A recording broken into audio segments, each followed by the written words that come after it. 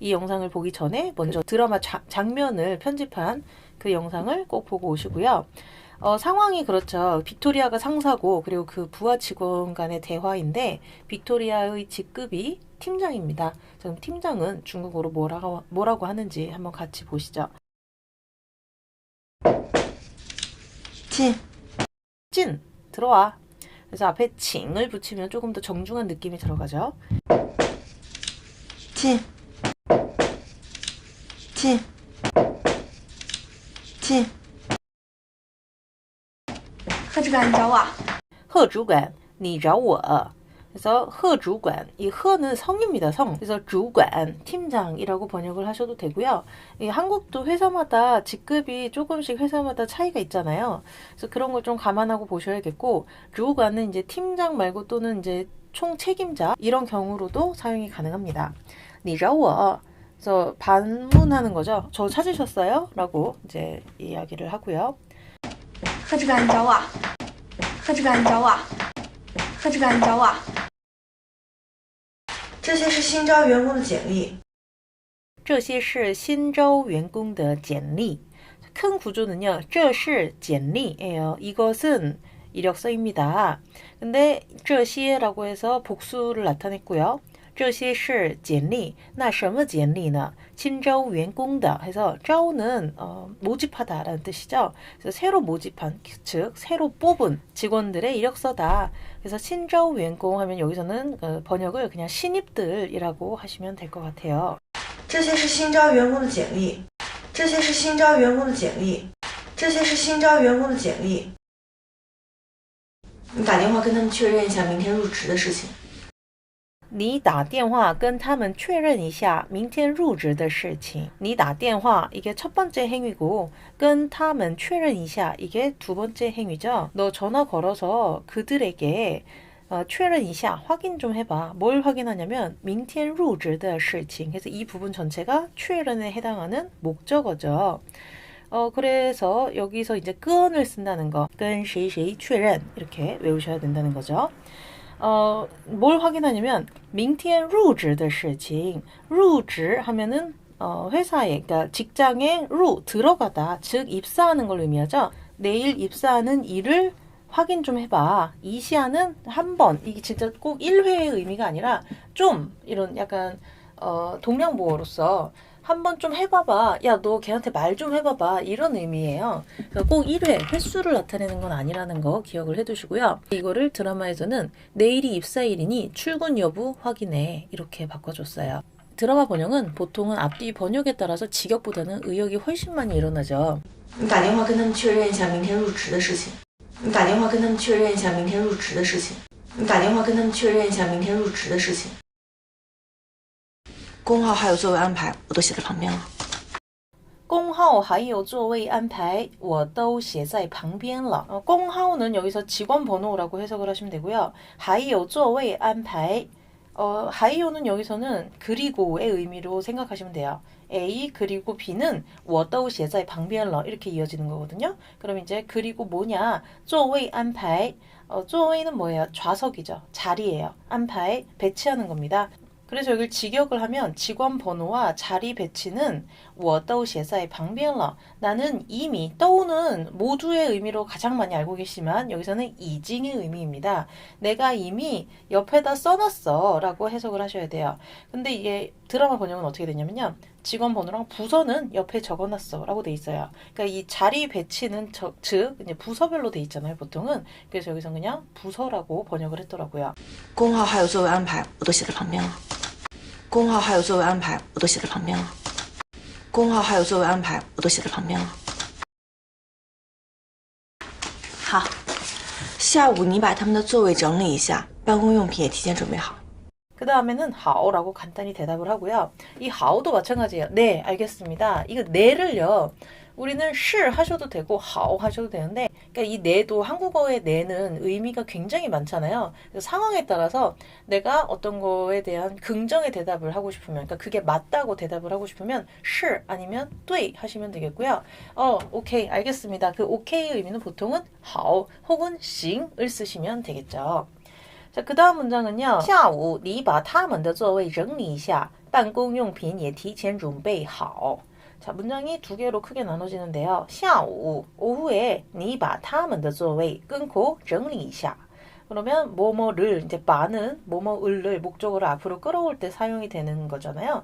그래서 그들의 자리를 整理一下 한번 정리 좀 해. 역시 마찬가지로 이시아는 한 번, 1회 그게 아니라 좀 정리 좀 해봐. 약간 이런 의미고요.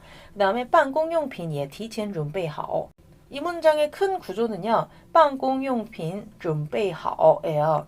그럼 이 뒷문장에서는 提前이라는 말을 이제 또 짚고 넘어가겠죠. 이 디치에는 동사로서 어떠한 기간이나 시간을 앞당기다라고 이해하시면 되겠어요. 그래서 미리라는 뜻이에요. 미리 아니면은 뭐 먼저 사전에 이렇게 이해를 하시면 됩니다. 자, 그리고 準備好 여기서 이제 보어를 썼습니다. 準備만 쓰면 준비하다인데 하오라는 보어를 씀으로써 잘 준비해 라는 의미가 되는 거거든요. 보어의 위치는요 항상 서술어 뒤에 있습니다. 그래서 한국어로는 잘 좀 준비해봐 라고 이제 사람들이 이 문장을 중국어로 바꿀 때는 잘 좀이 왠지 서술어의 앞에서 위치를 해야 될 것 같은 느낌적인 느낌이 있어요. 근데 안 그러죠. 중국어는 보어는 무조건 서술어의 뒤에서 꾸며줘야 합니다. 그거 항상 위치를 기억을 해두시고요. 그럼 얘까지 넣어서 이 뒷문장만 그냥 해석을 하면 사무용품도 미리 준비 좀 해 이렇게 되거든요. 드라마 번역에서는요. 오후에 신입들이 쓸 물품도 미리 준비해둬 라고 간단히 이 두 문장을 축약을 했습니다. 好，下午你把他们的座位整理一下，办公用品也提前准备好。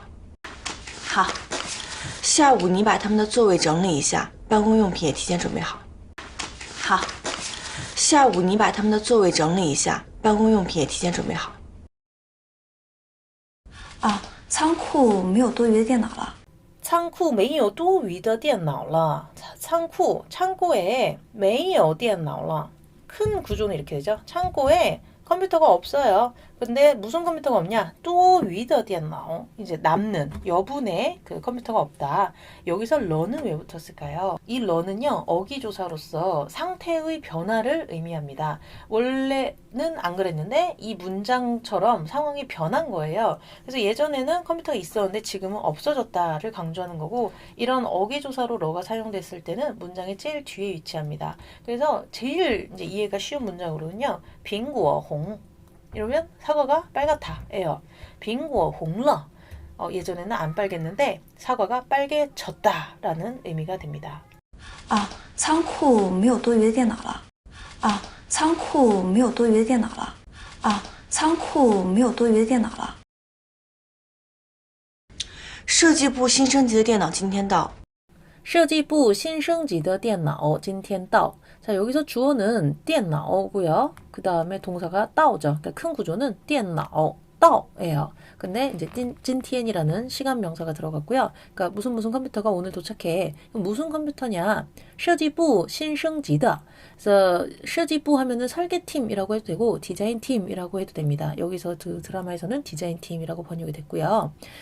디자인팀이 신升级的, 升级는 업그레이드하다 라는 뜻이고요. 신升级 하면 새로 업그레이드한 이런 뜻이 되겠죠. 그래서 설계팀에서 디자인팀에서 새로 업그레이드한 컴퓨터가 오늘 도착해. 그래서 여기 이제 드라마 번역으로는 오늘 디자인팀에서 새 컴퓨터로 교체하면 이라고 아예 문장 구조를 아예 다 바꿨어요. 设计部新升级的电脑今天到。设计部新升级的电脑今天到。设计部新升级的电脑今天到。你把换下来的给他们吧。好。你把换下来的给他们吧. 여기는 주어는 니이고요. 동사가 게이죠. 그러면 바를 써서 이제 목적으로 앞으로 끌어낸 건데요. 你把什么什么给他们吧. 이렇게 큰 구조를 잡아야겠죠. 너 뭐뭐를 그들에게 줘. 그럼 뭘 주냐? 换下来的. 换下来的. 뒤에 뭐가 생략돼 있을까요? 电脑가 생략돼 있죠. 换下来 여기서 쓰인 보어는 이제 下来잖아요. 이 下来가 여러 가지 뜻이 좀 있지만 여기서는 동작의 완성 또는 결과를 나타냅니다. 그래서 바꾼 그러니까 다 바꿔낸 컴퓨터를 그들에게 줘. 이렇게 됩니다. 你把换下来的给他们吧。好。你把换下来的给他们吧。好。你把换下来的给他们吧。好。竟然还有97年的小朋友啊！竟然还有 1997年的 小朋友啊. 자, 여기 그 드라마 대사를 보신 분은 아시겠지만 97년的 이렇게 얘기해요. 1997년이라고 얘기 안 하고 97년的라고 얘기를 합니다. 小朋友 제가 그 호칭을 다룬 중국어 영상, 인터뷰 영상이 있는데, 거기에 이제 이 小朋友가 나오죠. 꼬맹이라는 뜻이에요. 그래서 小朋友 꼬맹이. 그러니까 이 말을 한 사람에게 있어서 97년생은 정말 어린 사람인 거죠. 참 이제 여기서 나오는 게 찡란이라는 표현이 나옵니다. 자, 찡란은 부사입니다. 그래서 뜻밖의, 의외로, 그러니까 자기가 예상치 못한 그런 말을 쓸 때 쓰고요. 나중에 또 다른 의미로는 결국 마침내의 의미가 있습니다. 의미가 두 개예요. 그러니까 이제 상황에 맞게 쓰시면 되겠죠. 그래서 와, 진짜 놀란 거죠. 와, 97년생 꼬맹이도 있어요? 이렇게 얘기를 하면 되겠고요.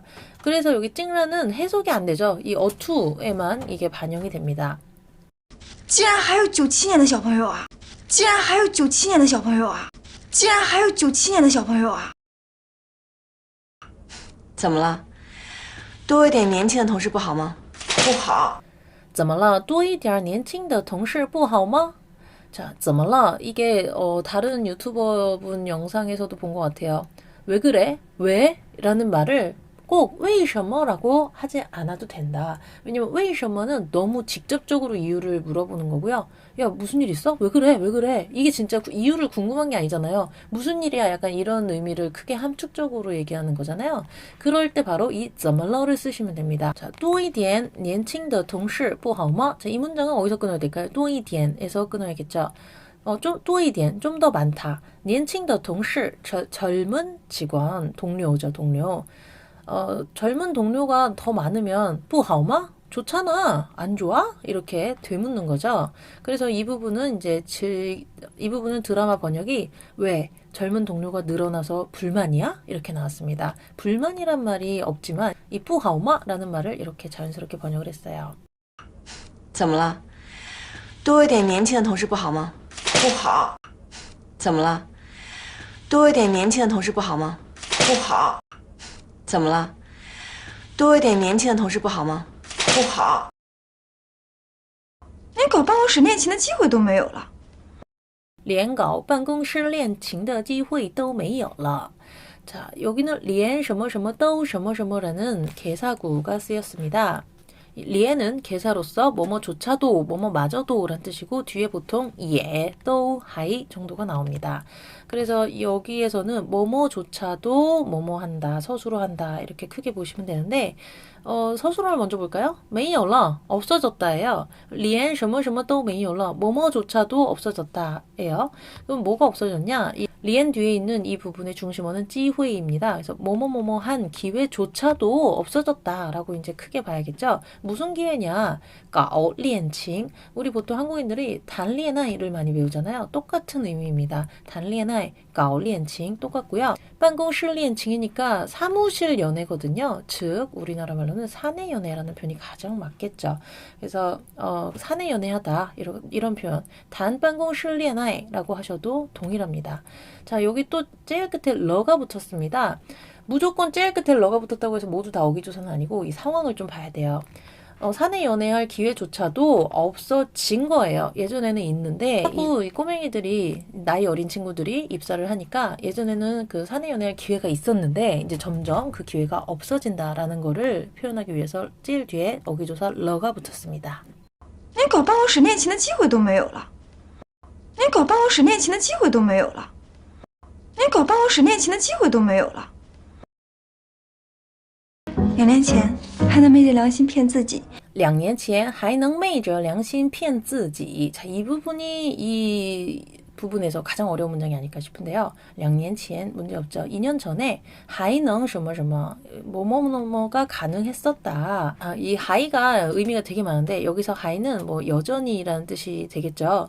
그래서 그때는 그래도 그게 가능했었어. 2년 전에는 그게 가능했었어요. 뭐가 가능했었냐면 昧着良心이란 뜻이에요. 昧는 동사로서 이제 속이다라는 뜻이 있습니다. 그래서 昧着良心하면은 양심을 속인 채 이렇게 돼요. 그래서 이 昧가 다른 거랑 그 많이 잘 붙지 않고 대부분 주로 昧着良心 이렇게만 쓰입니다. 뒤에良心이 대부분 와요. 그래서 昧着良心 이걸 아예 그냥 통째로 외워 놓으시고 양심을 속인 채 그 뒤에 동사 이 저를 썼기 때문에 양심을 속인 채 어떤 행동을 하다 이런 문장에 굉장히 많이 쓰이겠죠. 그래서 여기서는 양심을 속인 채 피엔즈지 자신을 속였다. 그러니까 이걸 속이다 같이 번역을 하면은 중복이 되니까 그냥 얘를 하나로 묶어서 내 양심을 속일 수 있었다 이렇게 해도 번역이 가능하죠. 근데 이게 드라마 번역에서는 어떻게 됐냐면요. 그나마 2년 전에는 희망이라도 품었죠. 완전 다릅니다. 그러니까 이게 상황을 봤을 때 왜 이렇게 했는지 아시겠죠? 2年前还能昧着良心骗自己，2年前还能昧着良心骗自己，2年前还能昧着良心骗自己。女大三抱金砖， 女大三抱金砖. 자, 女大三 여자가 3살이 많으면 抱 품다, 안다라는 뜻이에요. 찐좌는 골드바예요. 골드바. 이거는 이제 중국 속담 중에 하나로 여자가 3살 연상이면 운이 좋다. 그러니까 잘 산다. 이런 의미가 됩니다. 잘 맞다는 거죠, 결국은. 한국에서는 보통 어떻게 얘기하나요? 4살 차이가 궁합도 안 본다라는 표현이 있잖아요. 근데 이제 이게 또 이렇게 말씀하시는 분들이 있어요. 이게 4살 차이가 그냥 일반적인 4살 차이가 아니라 여자가 4살 연상일 때 그 궁합이 참 좋은 거다라고 얘기하시는 분들이 있거든요. 그래서 이 말을 만약에 이 속담이랑 응용을 한다면 你大四抱金砖 한국에서는 이렇게 말합니다라고 이제 응용을 할 수가 있겠죠. 女大三抱金砖，女大三抱金砖，女大三抱金砖。现在，老阿姨完全是下不去手了。现在老阿姨完全是下不去手了. 자, 이제 现在老阿姨 뭐 아줌마도 되고 이모도 되는데 완전히 下不去手了. 여기에 이제 큰 그 주요 표현은 下手예요. 下手. 착수하다, 손을 대다 정도로 보시면 되겠어요. 그래서 下不去하면은 가능보죠. 가능보. 가능보의 가장 흔한 형태가 뭐가 있나요? 팅부동이 있고요. 팅더동이 있습니다. 뭐뭐 할 수 있고 뭐뭐 할 수 없다를 얘기하는 건데요. 여기서는 이제 가운데 뿌가 들어갔기 때문에 下不去手了. 뭐뭐 할 수 없습니다. 즉 손을 댈 수 없습니다. 라고 해석을 하시면 됩니다. 이 러가 또 붙었습니다. 마찬가지죠. 예전에는 손을 댈 수 있었는데 이제는 손을 못 대게 된 거예요. 그래서 상황의 변화를 나타내는 어기조사입니다. 그래서 얘는 드라마에서 어떻게 됐냐면요. 조카뻘 되는 애들한테 어떻게 손을 대요? 이렇게 완전 또 바꿔놨어요. 아줌마란 표현이 없죠. 이모란 표현도 없이 오히려 거꾸로 꼬맹이들 입장에서 그 기준으로 번역을 했습니다.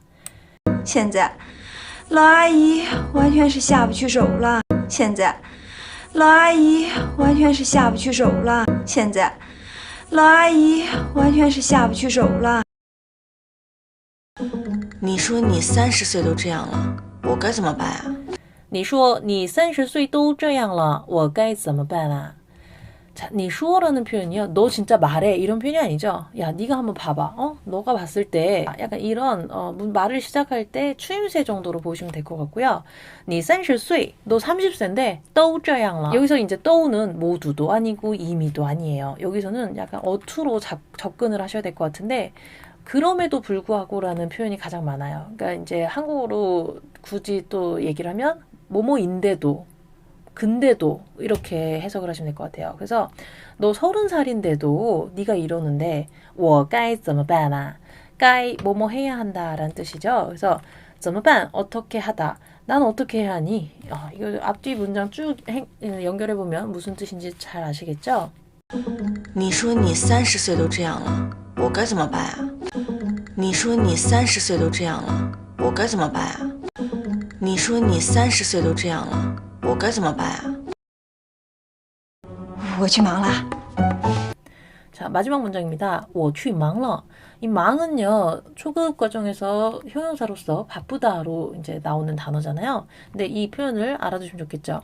我去忙了. 저는 가서 제 볼일 하겠습니다. 이런 뜻이거든요. 그래서 이제 거꾸로 你去忙吧 이렇게도 돼요. 너 가서 볼일 봐. 你去忙吧. 이게 조금 더 길어지면 你去忙你的吧. 너 가서 네 일해. 我去忙我的. 난 내일 할게. 이런 식으로도 이제 확장이 가능합니다. 我去忙了。我去忙了。我去忙了。